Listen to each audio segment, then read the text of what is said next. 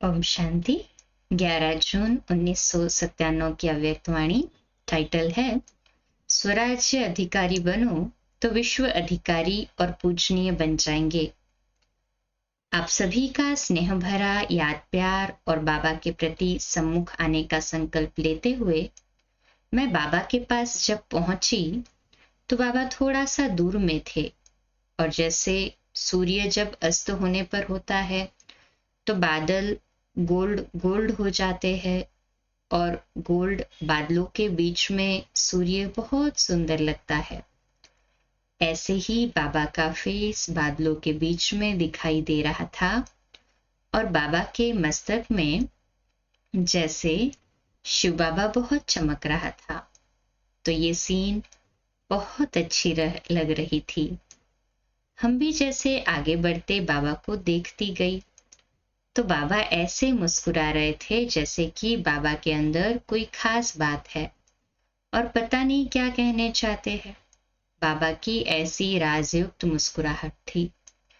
तो जब मैं बाबा के सम्मुख पहुंची तो जैसे कोई स्विच ऑन होता है और सामने कुछ प्रकट हो जाता है, ऐसे ही कोई स्विच दिखाई नहीं दिया, लेकिन जैसे संकल्प के स्विच से अर्ध चंद्रमा के रूप में 3 लाइनों में आप सभी मीटिंग वाले सम्मुख में इमर्ज हो गए और बाबा बादलों के बीच में जैसे चमक रहा था। तो मैं ये सीन देखती रही। उसमें पहली लाइन में लिखा था स्वराज्य सभा और उसके ऊपर दूसरी लाइन में लिखा था विश्व राज्य सभा और जो उसके ऊपर लाइन थी उसमें लिखा था पूजनीय सभा।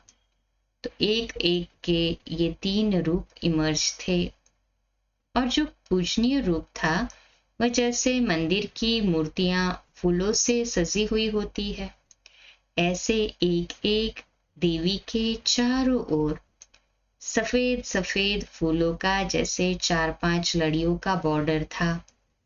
ये सीन बड़ी अच्छी लग रही थी और बाबा जैसे साक्षी होकर देख रहा था। बता कुछ नहीं रहा था। तो मैंने मुस्कुराते हुए कहा कि बाबा आपने कुछ बताया नहीं कि यह कहाँ से आई, कैसे आई।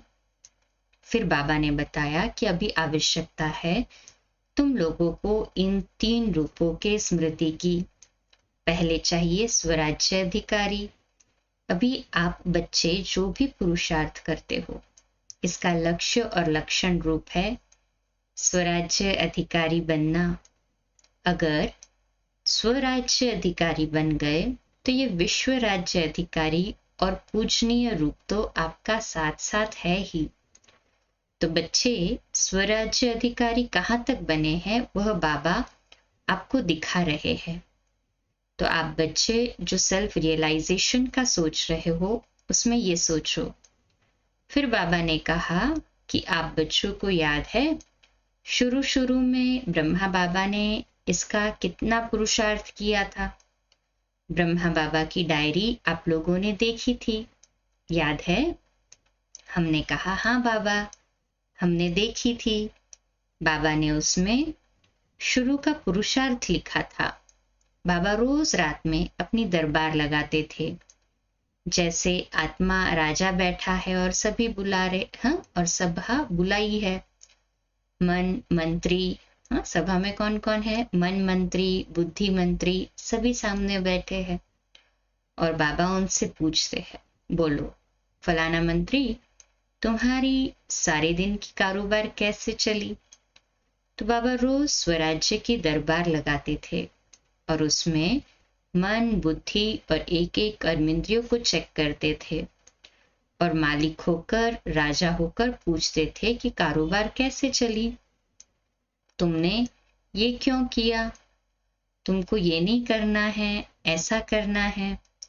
तो बाबा ने कहा अभी जो आप सेल्फ रियलाइजेशन का सोचते हो उसमें ऐसे स्वराज्य की दरबार लगाओ और मन बुद्धि को अगर आपने ठीक किया, उसकी कारोबार ठीक चली तो सारी कारोबार ठीक चलेगी। लेकिन दरबार में सफलता के लिए चाहिए कंट्रोलिंग पावर और रूलिंग पावर। जब तक कर्मेंद्रियों पर व मन पर कंट्रोलिंग पावर नहीं है, तब तक न चाहते हुए भी छोटी बड़ी गलतियां हो जाती है। तो रोज रात को अपनी कंट्रोलिंग पावर, रूलिंग पावर को चेक करो और प्रैक्टिकल में इस पावर को यूज करो।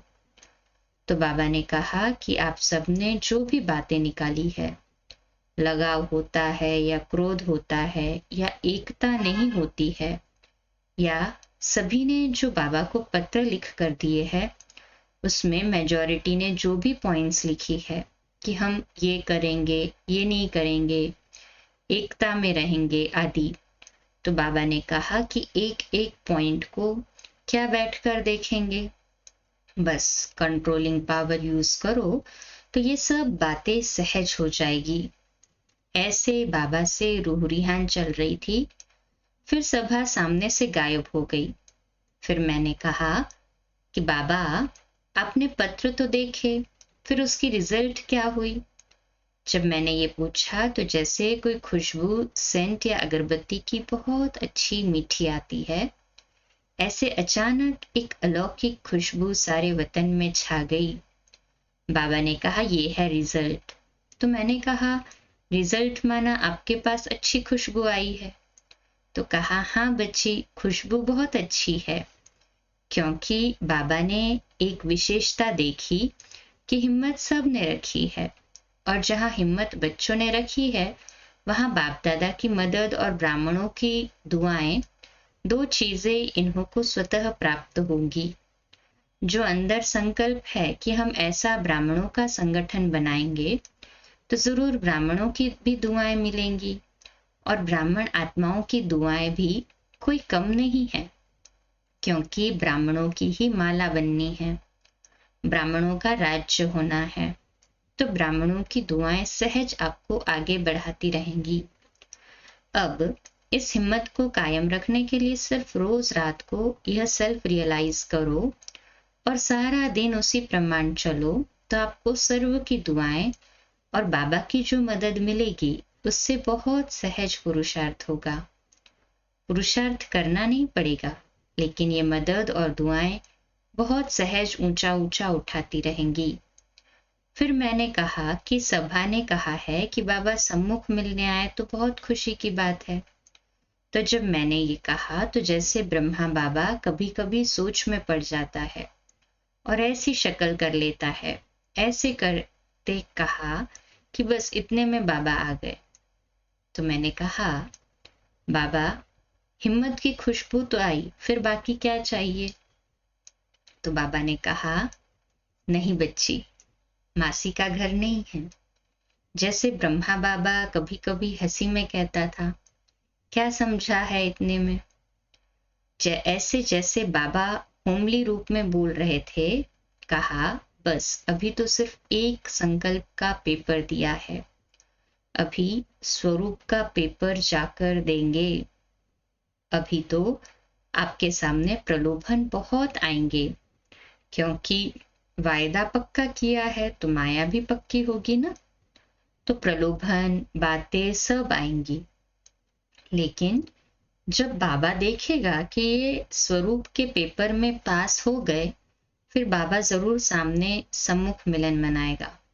फिर मैंने कहा, बाबा, दोनों दादियों ने बहुत मेहनत की है, और ऐसी मेहनत की है जो सबके दिल में एक संकल्प आ गया है, बस हमको करना ही है।